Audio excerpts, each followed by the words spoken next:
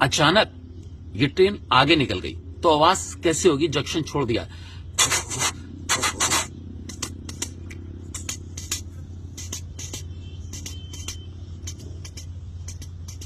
Train निकल गई।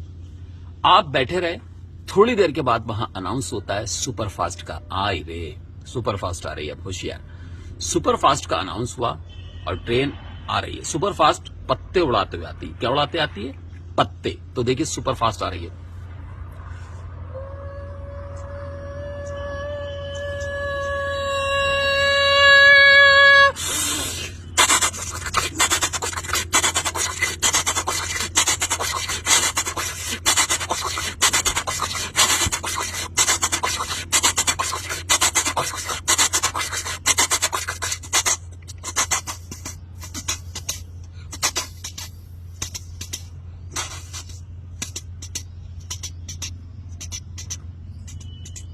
अब ट्रेन तो निकल गई, अब क्रॉसिंग कैसे होती है जरा देखिएगा। रास्ते में क्रॉसिंग, अब ट्रेन चल रही है और एक सुपरफास्ट है और एक एक्सप्रेस सामने से आ रही है। तो देखिए क्रॉसिंग कैसे हुई। क्रॉसिंग सबसे पहले सामने से एक्सप्रेस आ रही है और इधर से सुपर